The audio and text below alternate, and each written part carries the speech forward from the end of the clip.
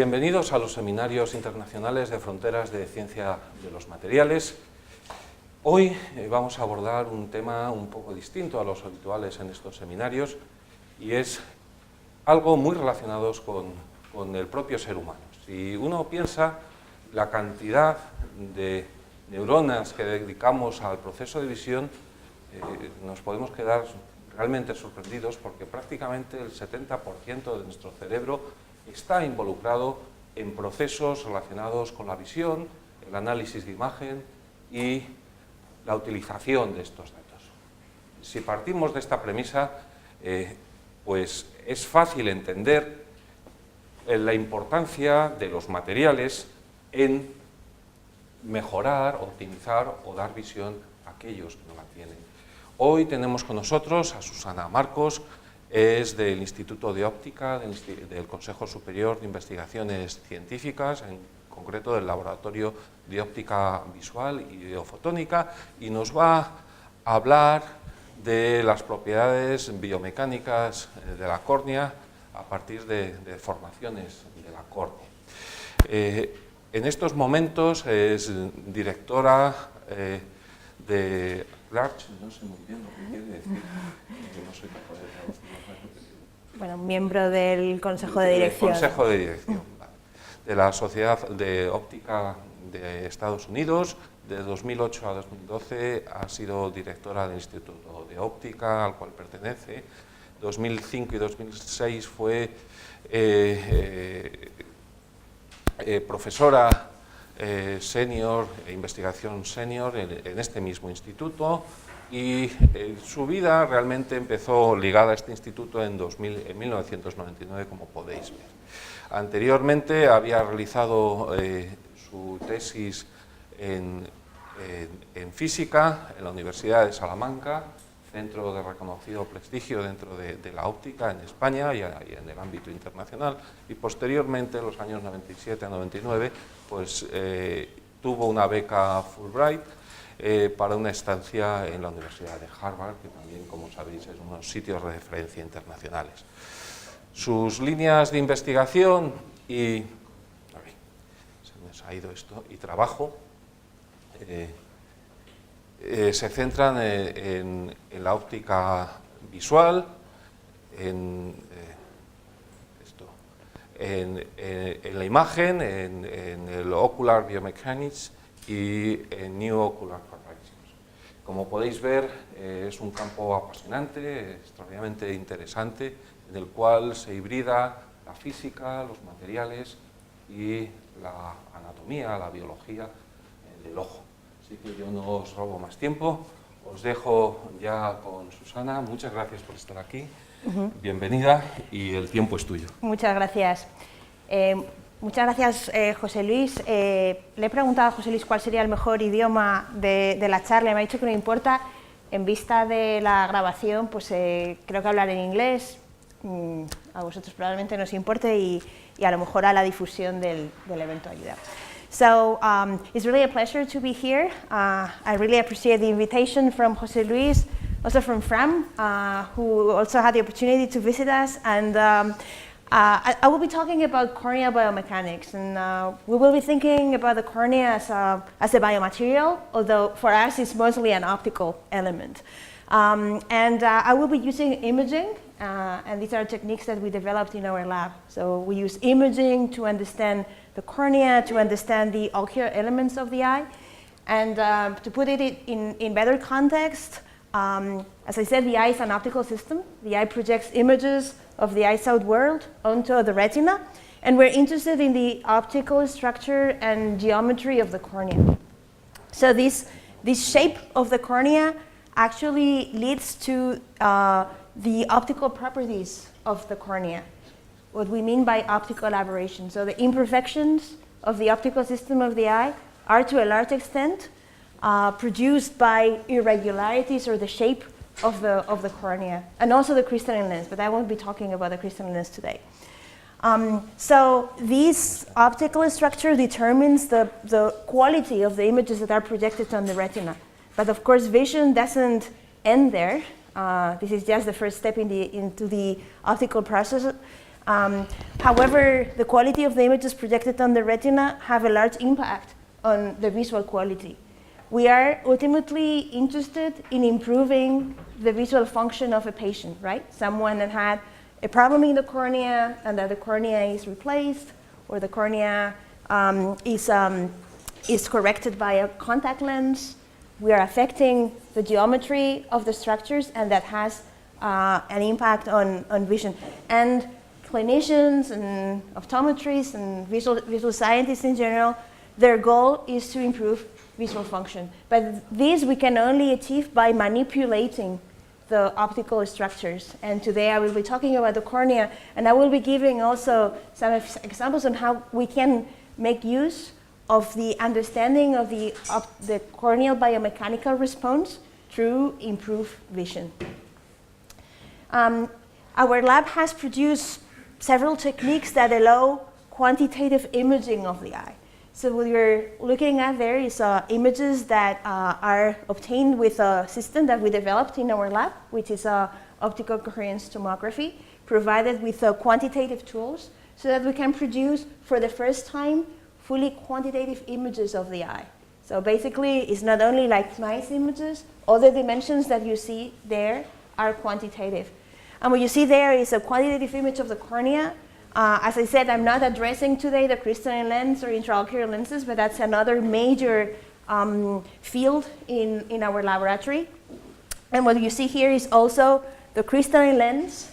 And this is actually a merged picture with the same image in an eye after cataract surgery with an intraocular lens. So the green lens that you see there is the implanted lens in a cataract surgery procedure. And all this is quantitative so that we know where exactly that intraocular lens landed after surgery, how tilted it is. And this is a really powerful information to aid cataract surgery as well. But as I said, I will be using this kind of technology to understand the cornea better.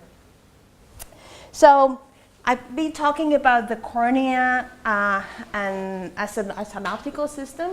But today, in the talk today, I will be focusing on, in fact, the eye, and in particular the cornea as a biomechanical system.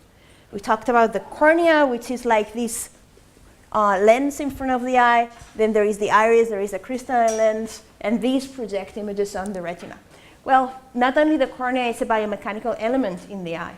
The crystalline lens, of course, is a tremendous biomechanical element because it can reshape to focus near and far. And it actually changes in these mechanical properties of the crystalline lens that lead to what is called presbyopia, which is the loss of ability to focus near and far, and that results into the need of near glasses or other corrective alternatives for presbyopia. Then, of course, we have the ocular muscles. These are biomechanical elements as well. And in fact, the entire eye globe, the sclera, is also a biomechanical element. And in fact, this is linked somehow to the development of myopia. In myopia, the eye elongates more than needed to have a perfect focusing of the image on the retina. And the mechanical properties of the sclera are somehow related to this excessive elongation of the eye. But for the purpose of this talk, I will be focusing on the cornea as a biomechanical element. So of course, and you as material scientists know very well that the cornea or any material mechanical properties actually arise from its structure. So it's important to understand what the cornea is made out of. The cornea is 78% water, it's 15% collagen, and then there is 7% of non-collagenous properties. Most of the cornea, and this is what I will be focusing on today, is stroma. And stroma is where the collagen structure is located. Of course, corneal structure determines these optical properties, and it's important to understand this collagen, which makes the most of this corneal structure is made out of.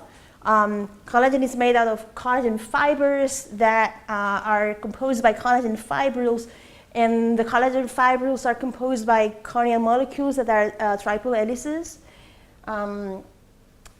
And in the cornea, you can think the cornea as a basket. This weaving of the so-called lamella, that are about 200 to 500 lamella that are composed by collagen fibers. They run from limbus to limbus, so from white to white. And they have an orthogonal orientation in the center of the cornea, and then a circular orientation in the periphery of the cornea. And that is really what provides the structure of the cornea as well as its shape. Of course, another very important property of this arrangement of the collagen fiber is the transparency. So we don't want only a supportive structure for the cornea, we actually need the cornea to be transparent for vision to take place. So this arrangement actually guarantees corneal transparency and also determines the corneal shape. So there are some conditions where the corneal shape is compromised, and this is compromised because of this arrangement of the lamella and the collagen fibers failing. As I said, imaging is essential in understanding the mechanical properties of the cornea. At a structural level, there are two major techniques that have been used to understand this collagen fiber orientation. The X-ray scattering that requires really large equipment and has allowed to understand this arrangement in the center, in the periphery of the cornea. And it's actually very interesting. This arrangement varies across species, porcine, bovine, and rabbit, which are species that we have investigated, as well as human, have a circumferential fibril orientation. And then another very interesting technique that has allowed to understand this fibril interweaving is second harmonic generation microscopy. This microscopy modality actually targets the collagen fibers so that it's possible to measure the arrangement just looking at the collagen fibers themselves. For example, it's interesting, there is a higher interweaving in the anterior cornea as opposed to the posterior cornea. And that's actually something that surgeons know very well. When they're manipulating the cornea, the anterior cornea is stiffer than the posterior cornea. As I said, there's emerging imaging modalities that have allowed us to actually understand the mechanical structure of the cornea from a microstructure point of view. As I said, corneal shape determines optical quality. The failures in achieving an appropriate shape turns out into astigmatism or coma, which is a higher order aberration that produces distorted images. If we have a regular cornea with an aspheric shape, we will have a sharp image on the retina. However, if we have this type of distorted corneas, the images on the retina will be highly degraded optically, and that will result in a decrease of visual quality. There is in particular a pathology that is relatively frequent. It's called keratoconus, that results from a local weakening in the cornea and a loss of collagen fiber orientation. However, the etiology of keratoconus is not well known, but this is a disease that results in a progressive outbulging of the cornea, and it forms a cone. So that's why it's called keratoconus. So the cornea is very compromised. There's emerging, and we will talk about them in a minute, techniques to try to stop the progression of keratoconus, but many of these patients actually end up requiring a corneal transplant. So understanding keratoconus and finding ways to stop the progression of keratoconus is important, and keratoconus is truly a biomechanical problem in the cornea, and of course results in very poor vision. There is an emerging treatment for keratoconus which is called cross-linking, and perhaps the term cross-linking is familiar to you in another area, for example in polymer science. Well, this is something that is becoming very highly used, particularly in Europe, is running FDA trials in the United States. And as in any cross-linking for polymers, is a photochemical process that is induced. In this case, in the case of these clinical trials, is a riboflavin as a photosensitizer, and then UV light. So it's a treatment that is activated by light, and there is a photoinitiator that is riboflavin.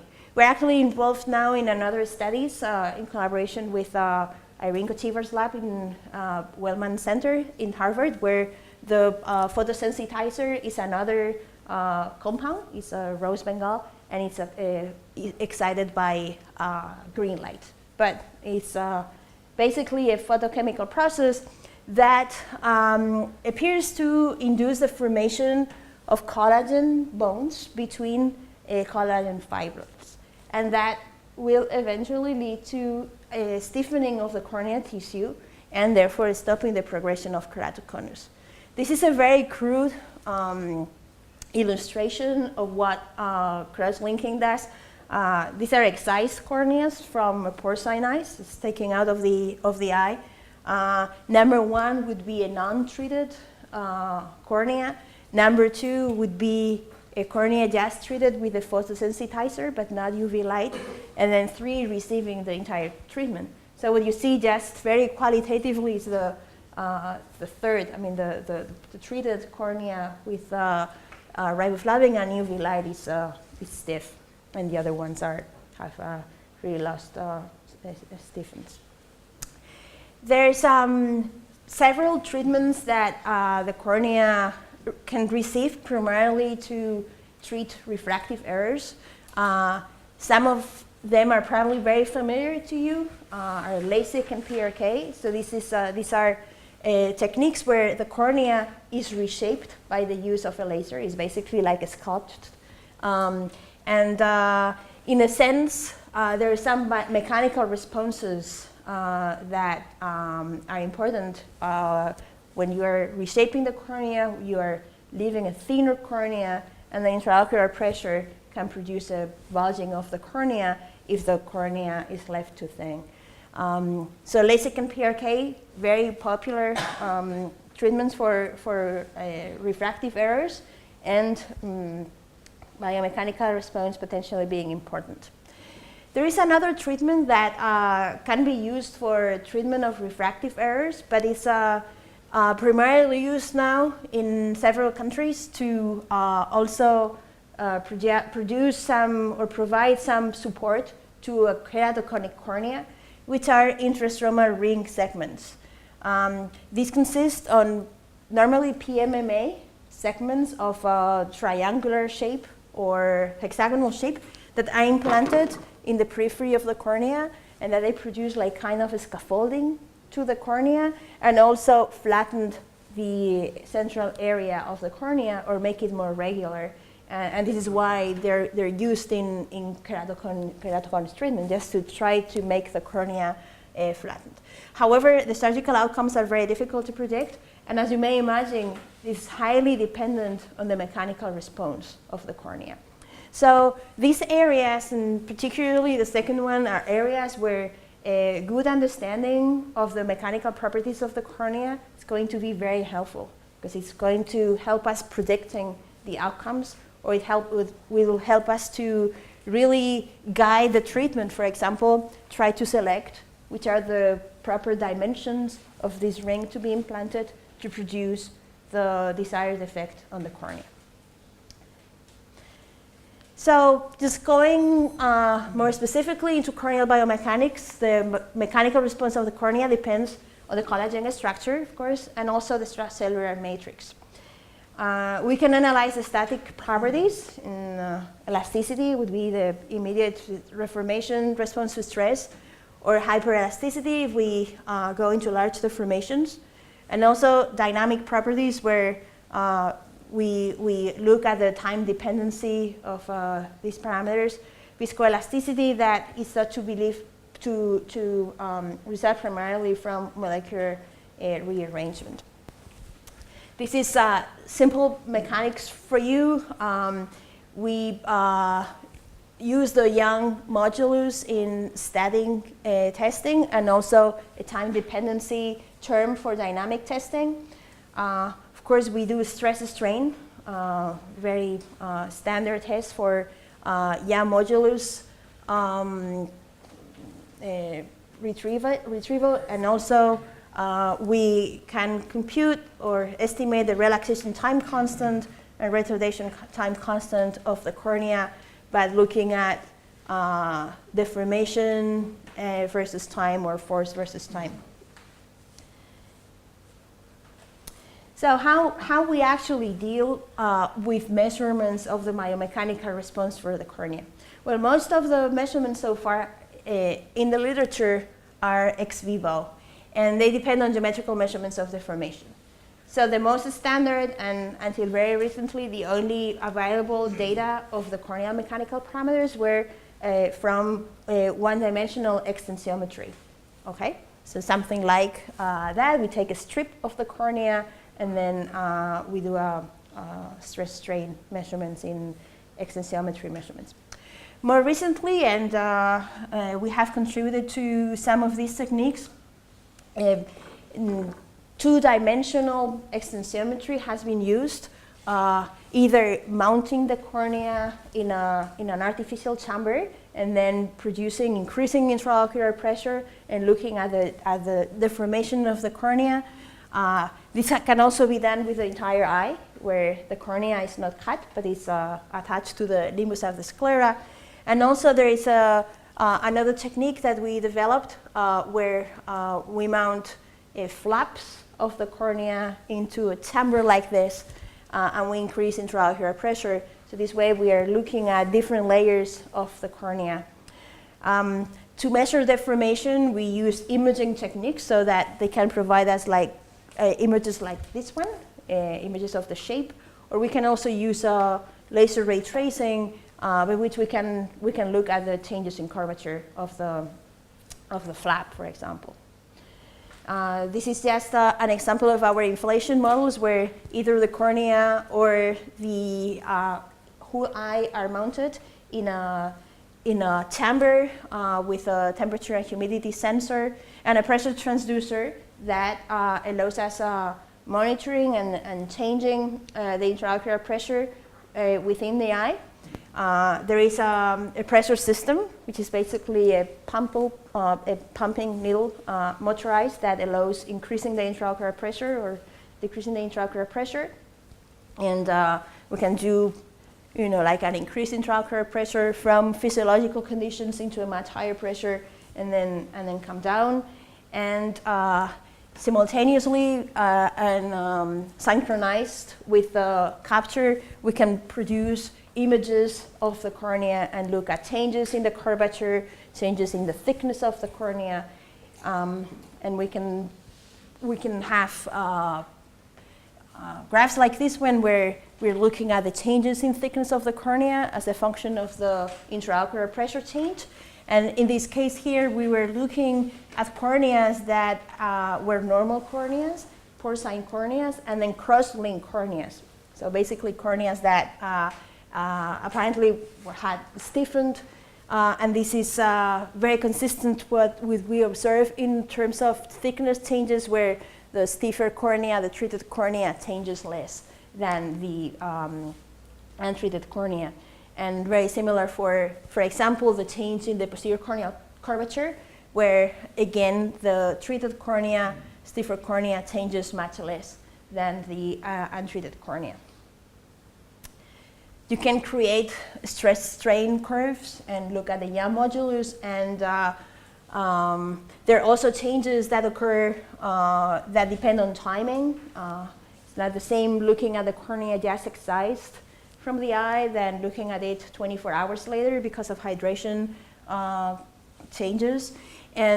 But nevertheless, in either case, we find a steeper function, steeper slope in cross-link eyes, estimating an increase in Young modulus by a factor of 1.58. It's actually very interesting and also quite disturbing that the range of variability of the Young modulus of the cornea in the literature is huge. I mean, it spans more than 2 orders of magnitude. The reasons for this are probably the different stress strain testing methods, also different testing routines, also varying post-mortem times and varying hydration conditions, and that not only include the timing, but also whether the cornea has been treated in some solutions or preserved in a given solution. So that actually leads to a need for corneal biomechanical properties in vivo.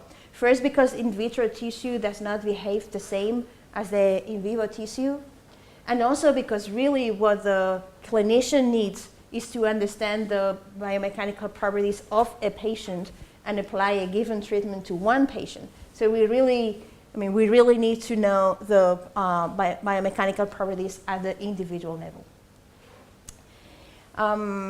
For example, we can think on several areas where these in vivo data could be very useful. For example, as an early diagnostic tool for keratoconus, we have talked about this disease where the cornea becomes weaker and weaker and it changes its shape, and that leads into a poor vision. Of course, when this happens, it's normally very late. So if we want an early diagnostic tool, it would be very interesting to have a number, to have a measurement of the mechanical properties and see if they are compromised at an earlier level. Also, as I said, some corneal treatments lack predictability. So it would be very interesting, for example, to see if one particular patient is a good candidate for LASIK surgery or for a corneal treatment. It would be interesting to add to the number of pre-operative measurements that are done on this patient, a measurement that gives us a number for the mechanical properties and see whether that patient is a good candidate or not to a certain surgery. I talked about cross-linking as an emerging treatment for treatment of keratoconus, and it's actually a treatment that modulates the mechanical properties of the eye. So it will be very interesting to evaluate the efficacy of the cross-linking by looking at whether the mechanical properties actually are consistent with a stiffening of the cornea. Well, what can be a good candidate for in vivo measurements of the mechanical properties of the cornea? Well, it would be the combination of quantitative imaging, and remember the very first image I showed you, and our capability to really extract quantitative information of the cornea and actually do it very quickly. The system I showed you is a dynamic system with ERPAF deformation and in combining these with mechanical modeling. And that would be a new method, or the method that we propose to retrieve the corneal elastic and viscoelastic parameters of the cornea in vivo. Okay, so let's see how it works. ERPAF corneal deformation is actually something that is used to measure the intraocular pressure of the eye. You may have gone to the ophthalmologist, and one of the measurements that is typically done is a measurement of the intraocular pressure that can be either applanation tonometry or ERPAF tonometry. So the ERPAF in combination with shooting an ERPAF on the cornea is something that is done. We will combine it here with a dynamic imaging of really the deformation of the cornea. So we will be able to characterize the corneal deformation upon an ERPAF, and also understanding the contributing factors of this ERPAF deformation from the sclera, from the corneal geometry, from the intraocular pressure, from the ocular muscles, and from the mechanical properties of the cornea that we try to measure, and retrieve the mechanical parameters of the cornea alone. So there's two ways to do that. There is actually a commercial system that has just been released that targets specifically this combination of ERPAF with imaging. This is based on an imaging modality called Scheinflug imaging. And then another technique that we also have developed in our lab, which is combining this ERPAF with optical coherence tomography. The high speed of either system allows us to obtain a full two-dimensional profiles of the cornea, as you will see, many time points through the corneal deformation events, and those deformations being the input to finite element models. And these are just some images. This is a Scheinflug imaging. You will see more, but this is obtained with this instrument. And this is actually not the profile of the deformation, but the temporal profile of the deformation. So basically taking the apex of the cornea and looking at its deformation with time, which is another analysis that can be made. So as for the high-speed OCT, the OCT allows full biometry and corneal topography from that instrument, and as I showed at the beginning, 3D geometry of the cornea and also the lens. And it actually has a high resolution. It's an interferometric technique, so we have a resolution of 3.4 microns in depth, and also high lateral resolution. We can also image up to the limbus, so we have a large imaging range. We use a mirror to actually image the cornea, and then the mirror has a hole in it through which the ERPAF accesses the cornea. As I said, it's very important to obtain quantitative information from these imaging tools. So there is a lot of image processing and distortion corrections involved into getting from the input data to the output data, which are the geometrical parameters of the cornea. In particularly from this technique, it's important to correct for two distortions that occur. This is a scanning technique, so it's important to correct for the fan distortion produced by the scanner. And also, when you think about all these techniques that image surfaces through refractive surfaces, there is also a refraction optical distortion, very much like when you have like a pencil seen through a water, right? It's a tilt of the rays. Well, that happens too, and that has to be corrected. But once this is corrected, we have full quantitative information of the cornea. What we did in this system, which is a custom developed system, is to combine that with the ERPAF from a commercial tonometer, from a commercial instrument to measure intraocular pressure. And we actually put it apart and use the ERPAF from it.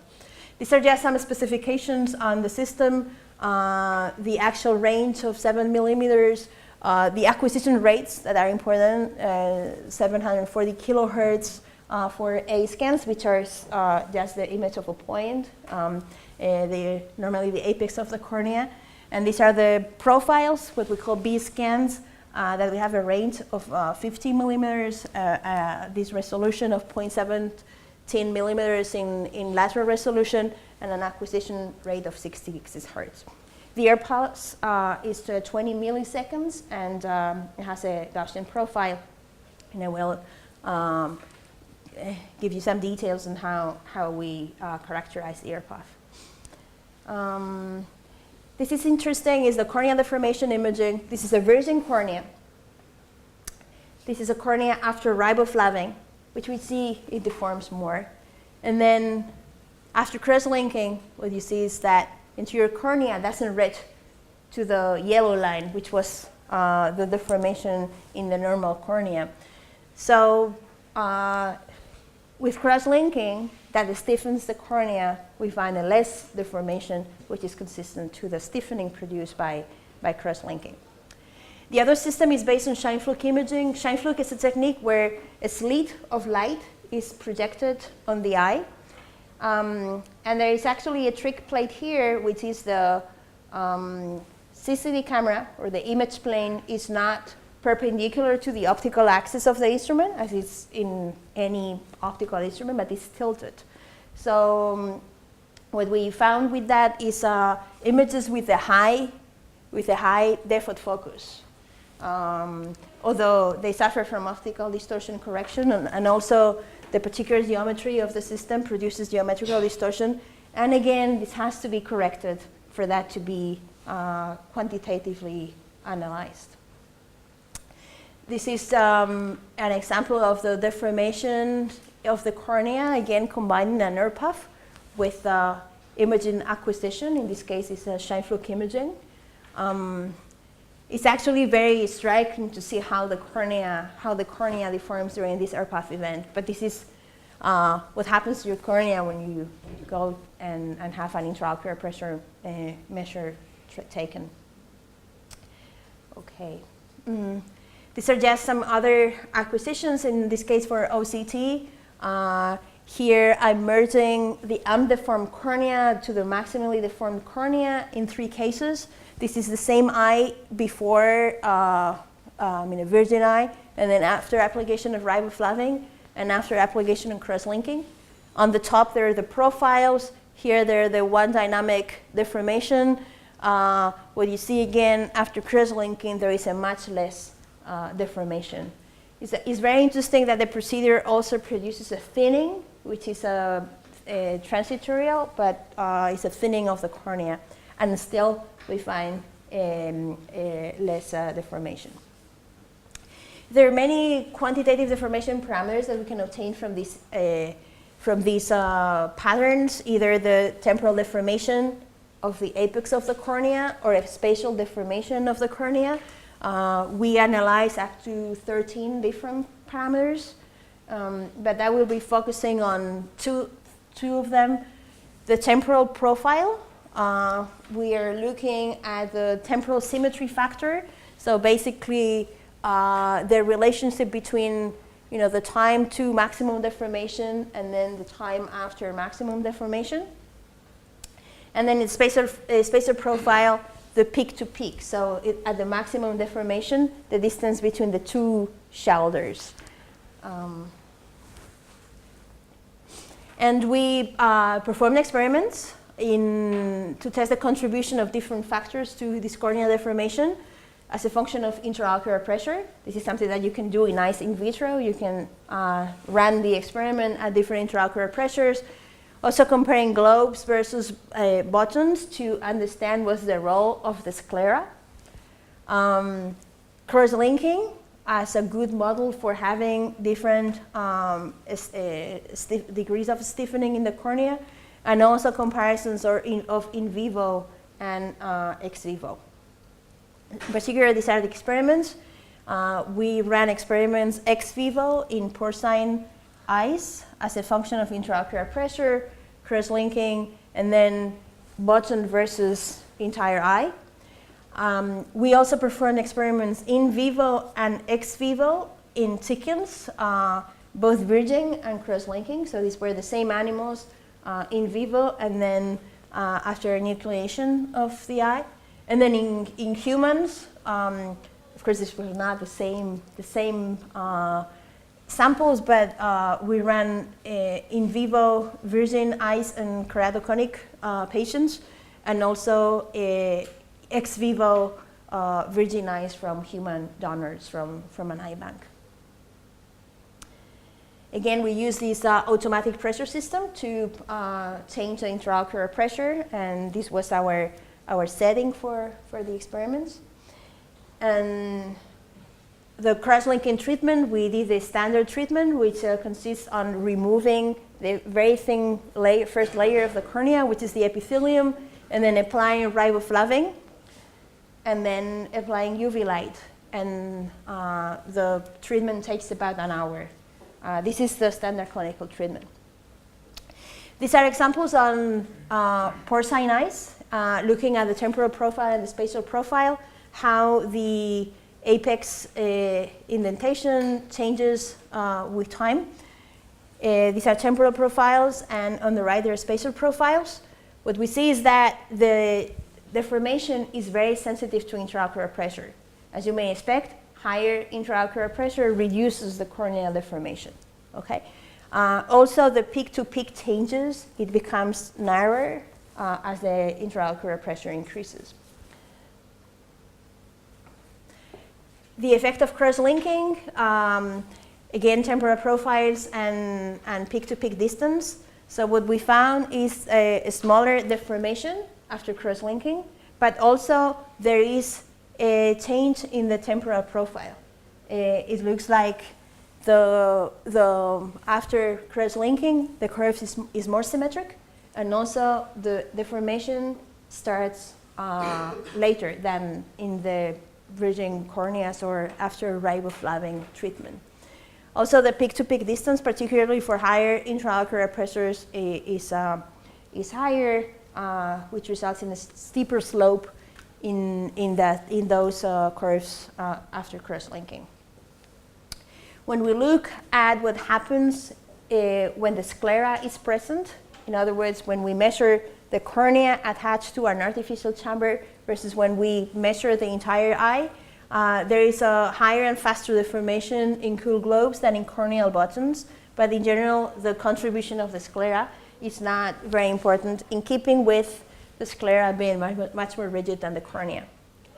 Another interesting parameter is what happens in vivo versus ex vivo. In vivo, we have the ocular muscles that produce some damping, and what we find is this ramp that occurs in vivo at the end of the deformation event that we don't find in vitro. And that's something that is very easy to just calculate and subtract its contribution. This is just a comparison on the same eyes in chickens, in virgin or cross-linking. Again, we have like this different at the end of the curves, again, due to the presence of the ocular muscles in vivo, but in general, very similar behavior in vivo and ex vivo on exactly the same eyes. This is also interesting. Keratoconic corneas, remember, they were compromised, they were weakened, and what we observed is that the deformation in the keratoconic corneas is much higher than in normal corneas, as you would expect. Okay, so we have these corneal deformation images. We have been talking about corneal deformation parameters, and there's some corneal deformation parameters that are changed with cross-linking, for example, but we have also seen that intraocular pressure and very likely geometry of the cornea all play a role in this corneal deformation. So if we want to extract the corneal biomechanical properties only, then we have to go to more sophisticated models, finite element models, where we can take into account like all the different parameters and extract, retrieve the mechanical properties. So this is what we do in a 2D axis corneal model geometry, where we use the corneal geometry that we obtain from our images. For the sclera geometry, we use the data from the literature, and the limbus would be like a transition zone between the two, and then the entire eye is filled by fluid. We use this material model for our cornea. It's a linear viscoelastic model with a viscoelastic component using Cronich constants and retardation time constants. And we assume isotropic corneas. Basically, all orientations would have the same Young modulus, and the Poisson ratio we assume to be 0.49 for the sclera and the cornea. And we also assume this density for the sclera and cornea. There are also some assumptions, large activations being deformated. Initial stresses of the ocular tissues were set according to the intraocular pressure, and we don't consider a temperature dependence of the parameters. A very important input in the model is of course, the air path. Okay, the air path that is actually the one that produces the force into the cornea. And this is a function of time, location, and corneal shape. We use the pressure sensor to characterize the temporal profile of the air path. And you see it lasts about 20 milliseconds, and it has this Gaussian profile. The spatial profile is much more complicated because it really varies at every time point. So we actually developed a fluid dynamic simulation where we consider an airflow And we also consider that the spatial profile depends on the apex indentation and the distance from the apex. So our air path characterization is a mix of experimental and simulated results. This is a simulation in ANSYS of the combination of the air path with the mechanical properties of the cornea, following an optimization process. Here you can compare the results from the calculations and the experimental corneal deformation at the maximum deformation. We have is an iterative estimation of the biomechanical parameters that produce the best predictions and the best match between experiment and calculation.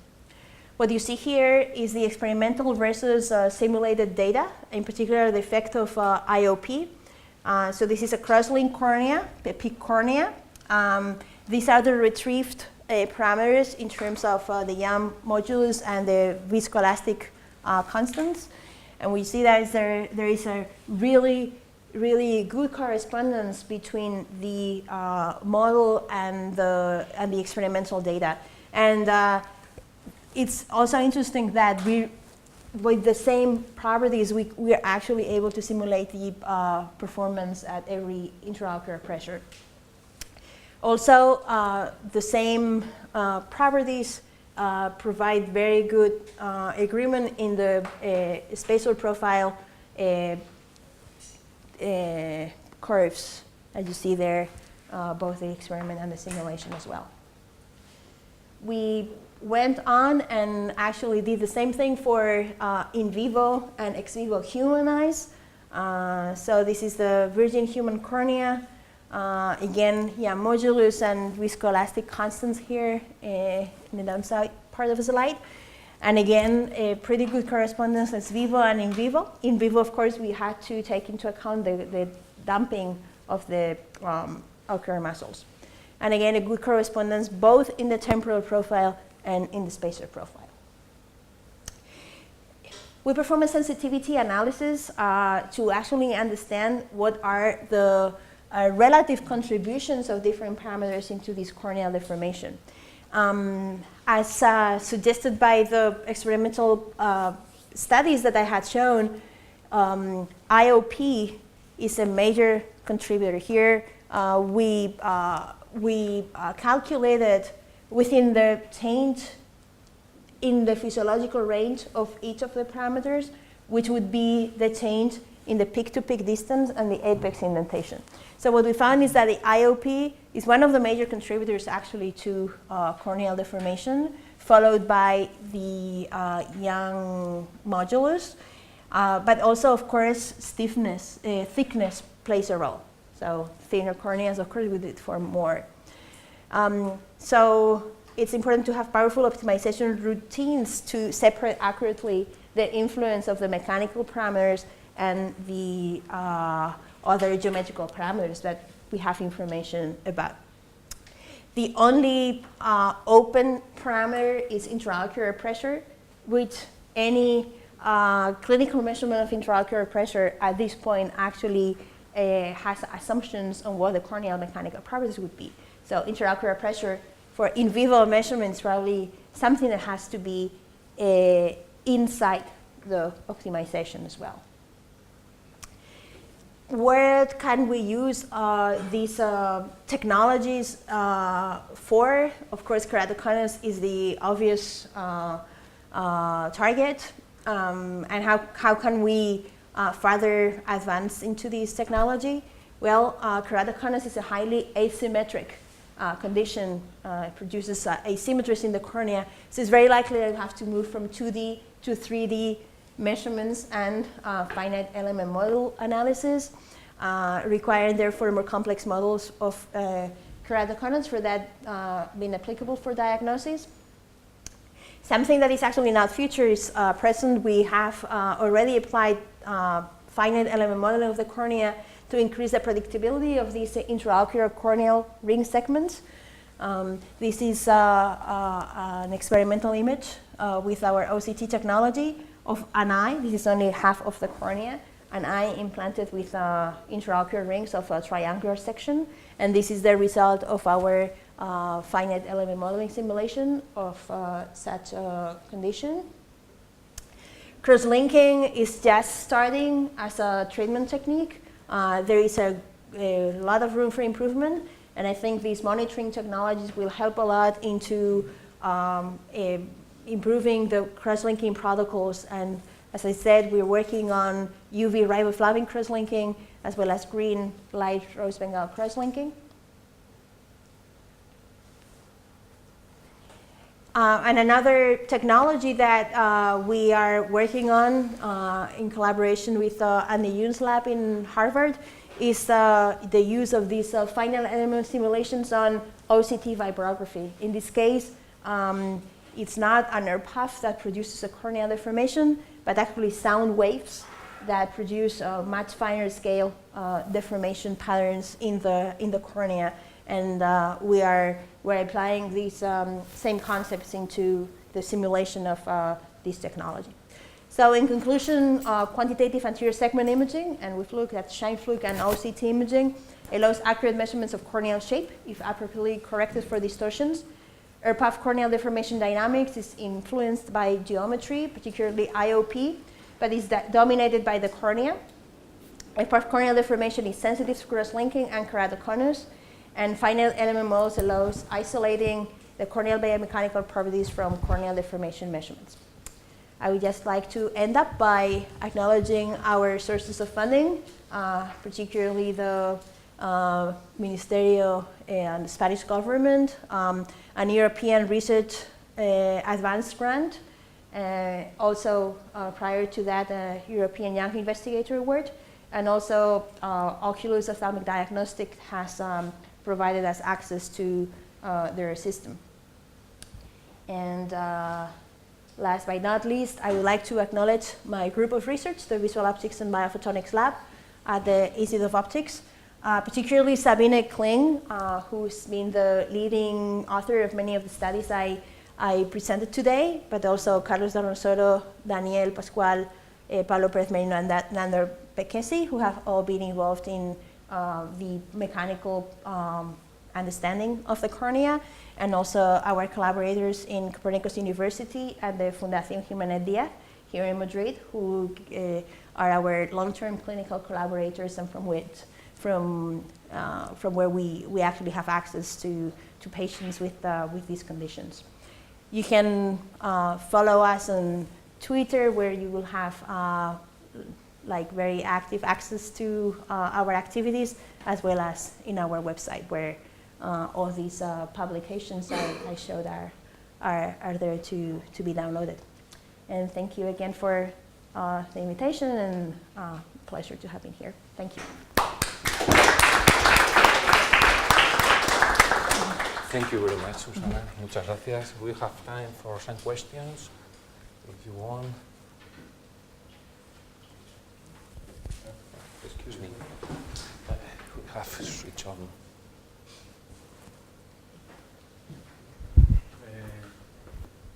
Bueno, no sé si seguir en inglés o podemos hablar en español. Muchas gracias, Susana. Muy interesante y además muy bien explicado, todo muy clarito. Y tenía una duda, bueno, esto más o menos me lo conozco, sí, ¿verdad? Pero me ha surgido una duda que me interesa. Las propiedades mecánicas de la córnea que habéis visto, ¿hay una gran diferencia entre las direcciones? Es decir, ¿es muy anisótropa o es muy poco anisótropa? Porque algo será. Es una pregunta muy buena, y además creemos que es algo que es muy dependiente entre especies. Es decir, que lo que podemos, por ejemplo, aprender de nuestros experimentos en cerdo, ¿no?, que es unas córneas que tenemos accesibles, no necesariamente es totalmente trasladable a la córnea humana. Pero es muy probable que haya anisotropías. De hecho, en los experimentos de inflado estamos viendo cambios distintos, por ejemplo, de la curvatura con la presión intraocular en el eje X o en el eje Y. En ese sentido, y de hecho es un experimento que tenemos programado para hacer en la próxima sesión experimental, es con el AirPath, donde ahora mismo solo estamos caracterizando un meridiano, pues coger uno de nuestros ojos, rotarlo y realmente hacer un análisis 3D, por lo menos en este punto, de la medida y explorar la necesidad de realmente tener que hacer medidas y simulaciones en 3D. Por ejemplo, en un queratocono es claro porque la asimetría, o sea, la deformación se produce de manera muy asimétrica. Entonces es muy probable que al final pues todo tenga que ser en 3D y tengamos acceso a parámetros en distintos meridianos, ¿no? Y bueno, y simplemente en la literatura, algún ensayo de tracción uniaxial, ¿no hay información de si es más rígido en un sentido o en otro, en humanos? Hay alguna medida que se ha hecho cortando strips en dos direcciones. El problema es que como es tan variable en la literatura, toda la información que tenemos de strip extensiometry, la verdad es que no sé si hay una conclusión muy clara de ese tipo de medidas en particular, pero sí, no es extraño que haya diferencias meridionales. Y eso por terminar ya la última y seguir lo mismo. ¿Y cuál de las dos direcciones sería más importante desde el punto de vista fisiológico? Es decir, ¿el queratocono es típicamente en el vertical, en el eje vertical? El queratocono es típicamente en sentido vertical, pero eso es muy probable que esté asociado a la propia etiología del queratocono.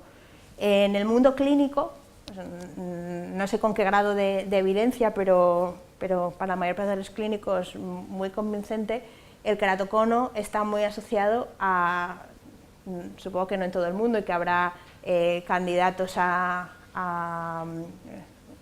bueno, pues más propensos a ello o no, a lo que es el frotarse los ojos. Entonces, ese patrón de frotarse los ojos es probablemente más en horizontal, en vertical que en... Entonces, bueno, hay distintos factores. Uno es esta organización, ¿no?, de las fibras de colágeno, que en humanos, por ejemplo, horizontal y vertical no hay demasiada diferencia, pero sí a 45 grados, por eso nuestro experimento planteado pues lo queremos hacer para distintas orientaciones, incluido, claro, orientaciones oblicuas, ¿no? Y en cualquier caso, todo esto va a tener un efecto sobre astigmatismo, sobre lo que es la propia simetría de la córnea. En el ojo humano, y eso conocemos muy bien porque pues llevamos años midiendo lo que son las aberraciones, ¿no?, las imperfecciones oculares, no hay en los ojos normales no hay una prevalencia del astigmatismo exagerada en una orientación o en otra, aunque sí que, por ejemplo, es algo que varía con la edad. O sea, en pacientes con astigmatismo, el astigmatismo corneal va rotando con la edad, con lo cual este tipo de cosas es interesante, ¿no?, el ligar la geometría con la biomecánica y luego pues ir más allá, ¿no?, y ver cómo eso está sustentado por una microestructura y si hay diferencias meridionales también, ¿no?, en esa estructura. Muchas gracias. Pues muchas gracias. No sé si queda alguna otra pregunta. No. Pues muchas gracias a todos, y sobre todo a Susana por esta charla magistral que nos has dado y que nos has abierto los ojos, nunca mejor dicho, a un mundo nuevo y diferente. Muchísimas gracias y a esta vosotros. es tu casa, cuando quieras puedes volver a ella. Muchas gracias.